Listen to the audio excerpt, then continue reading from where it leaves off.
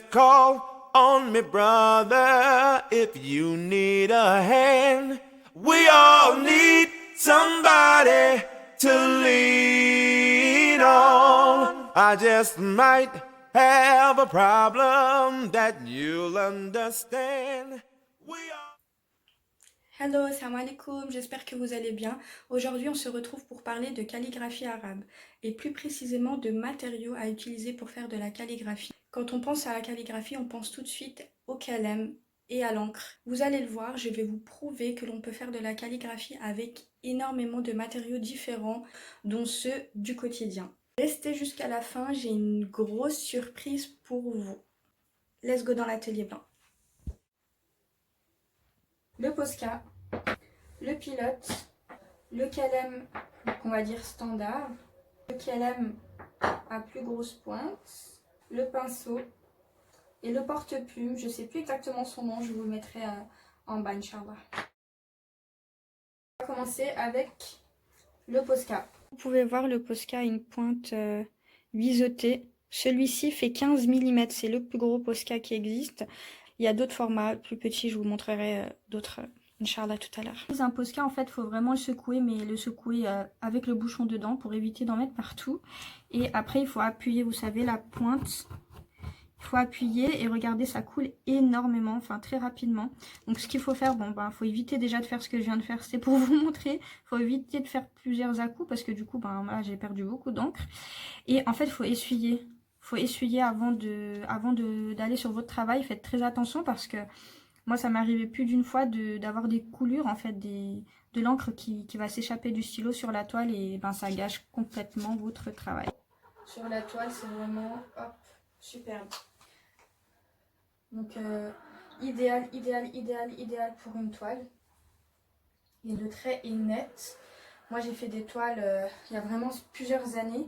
Et le rendu est toujours top. Je profite pour vous montrer en fait que les Posca, ben, il y a vraiment toutes les tailles, toutes les couleurs. Et là, c'est toutes des formes, des pointes identiques, biseautées. Donc c'est vraiment super. Je vais essayer de ne pas salir mon travail. Donc là, vous avez vraiment plein de couleurs. Il y en a beaucoup plus. Hein. Il y a plein d'autres couleurs. Par contre, ce qui me gêne, moi, c'est qu'il n'y a pas, ça n'existe pas en or, en fait, le très gros marqueur, ou alors il est très rare. Et vous avez aussi des tout petits Posca. Tout petits Posca. Vraiment, la pointe, par contre, là, c'est pas une pointe biseautée ou droite. C'est vraiment un pic, enfin, comme un feutre normal. Là, ça va vraiment être super pour les détails, etc. Voilà, pour la toile, le Posca. On aime. Là, je vais vous montrer du coup comment utiliser le pinceau. Donc le pinceau en pointe biseautée de chez Daylor Rowney.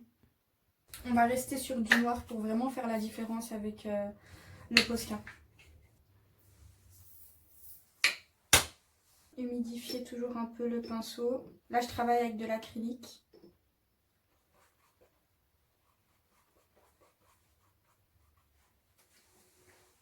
On va essayer de faire...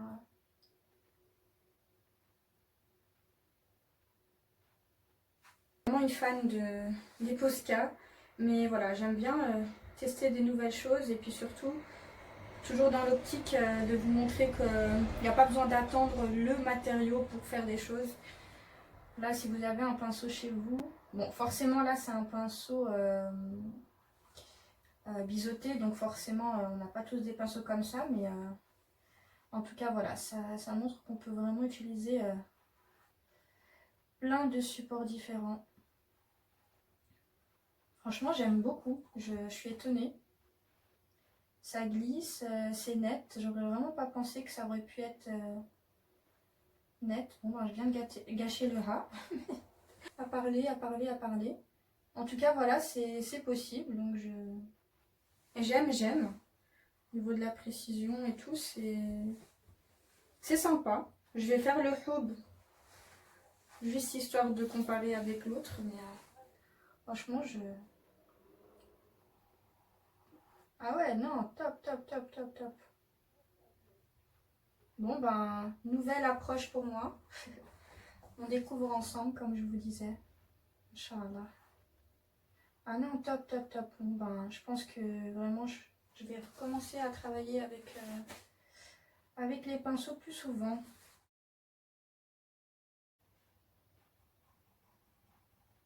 Vous voyez, avec le calem aussi, c'est tout à fait possible de faire sur toile.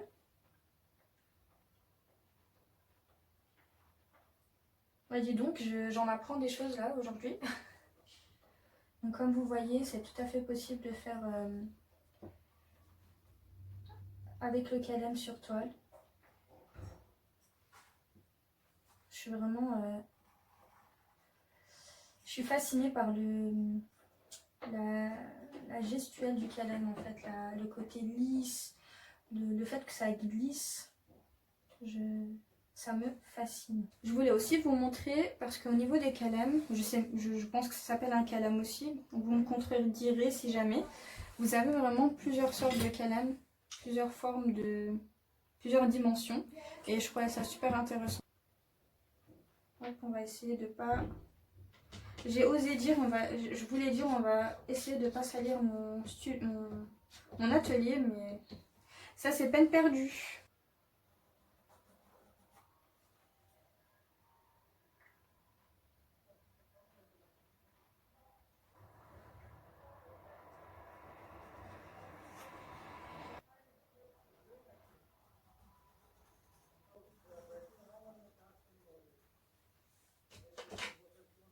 Ça glisse, c'est vraiment superbe. Donc là, on a utilisé les deux calems. Le pilote 6 mm. Je sais qu'il existe des plus petits. Donc là, le système, c'est un stylo plume en fait. C'est vraiment comme un stylo plume avec une recharge.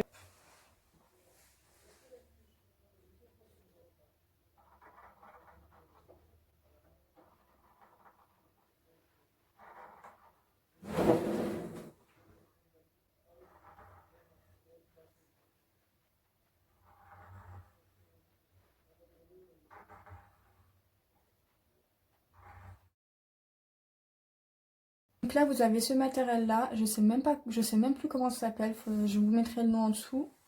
En fait, c'est un système de petites plumes interchangeables.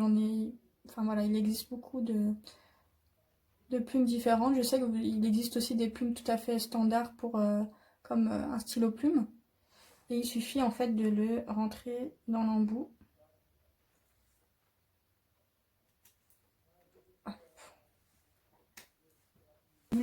En fait, ça s'utilise vraiment comme un calem. On va le faire ici parce que j'ai déjà ma photo de couverture en tête et ça va gâcher si je fais le dessin, la calligraphie plus loin. On va faire quelque chose un peu plus original qu'avant. En tout cas, le trait est net. C'est vraiment le même système que le calem.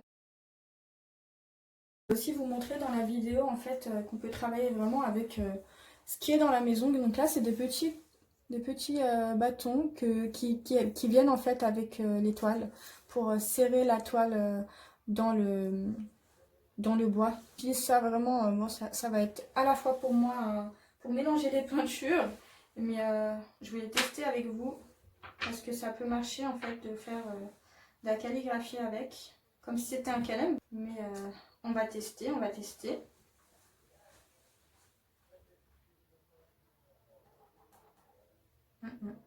C'est pas très net, je pense qu'il faudrait d'abord limer. Vous savez, avec du papier de verre ou autre. En tout cas, voilà, je pense que c'est possible. Hein. Il faudrait vraiment limer. En tout cas, il y a la forme. Il y a de l'idée, voilà. On va dire ça comme ça. Et aussi, une petite dernière chose que j'avais oubliée dans la présentation, le marqueur indélébile en fait. Je trouve que c'est vraiment top. Vous avez ça qui traîne à la maison pour tester, je trouve. Voilà, il ne faut pas se restreindre, comme je le disais. Bon, on va faire un dernier hub. Juste pour le fun. Parce que je vous aime.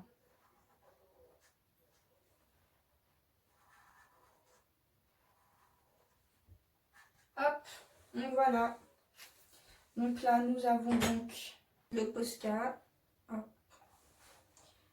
le pinceau, le petit bâtonnet, le KLM, le marqueur indélébile, le gros KLM, le porte-plume et enfin le parallèle pilote pen. Donc là on voit vraiment que c'est possible d'utiliser plein de matériaux différents et au niveau de la précision, après ça va vraiment être vous et votre précision, le rendu que vous cherchez, si vous voulez quelque chose de beaucoup plus mat comme avec l'acrylique ou alors tout simplement quelque chose de beaucoup plus profond comme l'encre. Après ça va être à vous d'ajouter, donc comme je vous disais la dernière fois dans mon ancienne vidéo, des bombes de vernis, de gloss pour donner encore plus de brillance. Mais voilà, c'est possible en tout cas d'utiliser plusieurs matériaux différents et de rajouter de la brillance à la fin si le matériel en question, ne procure pas cette luminosité. Ah, voilà, avec de la simple encre et donc le petit bâton là, on a pu faire donc quelque chose de calligraphie.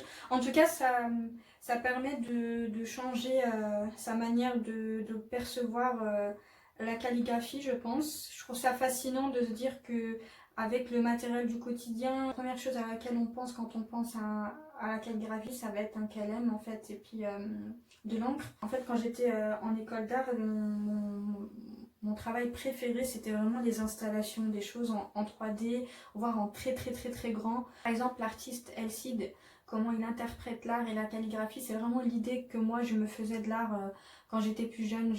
L'idée en fait de faire des installations, de créer une œuvre in situ. In situ, ça veut dire qui est dans un site, qui est adapté à un site, à un endroit. Moi j'ai trouvé ça fascinant. Mes courants artistiques préférés, c'est entre autres le land art. Le land art, c'est vraiment un courant qui permet en fait d'utiliser la nature comme support et de faire fondre l'œuvre dans la nature pour interroger en fait le spectateur, et moi je trouve ça tellement beau et c'est vraiment tout ce que j'aime. Donc vraiment voilà, l'idée de ne pas utiliser vraiment que le KLM et l'encre, je trouve ça vraiment fascinant. Cette fameuse œuvre dont je vous avais parlé et qui est sur mon Instagram, où j'ai utilisé de l'argile en fait autodurcissante. Cette idée en fait de vraiment pas être figé en fait dans sa manière de percevoir l'art, etc. Là c'est de... J'ai le mot en anglais qui arrive, mais de la broderie. Voilà, c'est vraiment moi ce que j'aime. Ne pas être figé, créer entre guillemets ses propres règles, se laisser aller. Pourquoi je parle de culpabilité en fait, c'est parce que moi depuis que je suis jeune, vu que j'ai toujours été dans le domaine artistique, depuis vraiment que je suis toute petite, je suis un peu l'artiste entre guillemets de la famille, mais même de mes amis, de mes connaissances, etc. C'est vraiment, vous savez, la fille un peu décalée, un peu dans la lune, etc. Et quand j'ai commencé à pratiquer la religion et tout, j'ai eu un recul dans tous ces domaines. C'est invraisemblable, mais bon, j'avais besoin de recul en fait dans ma vie. Je sais pas pourquoi je créais plus du tout et j'ai eu une culpabilité en fait par rapport à ça. J'avais l'impression de me perdre. Mais en fait, c'était tout l'inverse. J'étais en train de me retrouver, subhanallah, à travers la religion, à travers ma recherche profonde, et je suis revenue dans l'art donc quand j'ai commencé à pratiquer la calligraphie. Non pas que tous les domaines artistiques soient pas licites au niveau religieux, pas du tout. Mais c'est juste que voilà, je m'inspire en fait de ce que je vois autour de moi. Et quand quand j'ai commencé la calligraphie, ben, c'est quand j'étais en école islamique et je commençais à apprendre tout simplement la langue arabe. Donc forcément, qui dit langue arabe dit calligraphie. En fait, c'est voilà, si on lit la langue arabe avec l'art, bah forcément, la première chose à laquelle on va penser, c'est la calligraphie. Je sais comment c'est important de créer, d'innover, de tester encore et encore et encore. Je voulais vous offrir aujourd'hui un kit pour réaliser pas mal de choses que j'ai fait aujourd'hui, ainsi qu'une petite toile bonus. Je vous propose donc de gagner une toile vierge de 59 x 42 cm, ainsi que le parallèle pilote pen de 6 mm, un Posca, le plus gros, les Posca noirs, à pointe biseautée de 15 mm, un gros calem, de l'encre, ainsi qu'une toile antique que j'ai réalisée moi-même avec de la feuille d'or et où il est inscrit en calligraphie arabe le mot Houb évidemment. Pour gagner, c'est très simple, il vous suffit d'être abonné à ma chaîne YouTube et de laisser un commentaire en dessous. Vous pouvez jouer sur les deux supports, à savoir Instagram et YouTube. Je vous mettrai plus de détails en description. Voilà, j'espère que cette vidéo vous a plu, j'espère que vous avez évolué votre perception de l'art et que vous allez juste kiffer, analyser, tester plein de choses et voilà, ne pas vous laisser restreindre par certaines choses. Juste prenez ce qui est devant vous et créez. Amusez-vous, tenez-moi, abonnez-vous, laissez un petit commentaire. Tous vos commentaires me font énormément plaisir et me motivent. Vraiment, la motivation, je pense que c'est très très important parce que les vidéos, c'est du boulot, mais avec grand plaisir. Partagez avec vous, Inch'Allah, sur Instagram, entre autres. À très vite. Passez une très très bonne journée. À toutes. Salam alaikum. Tchuss.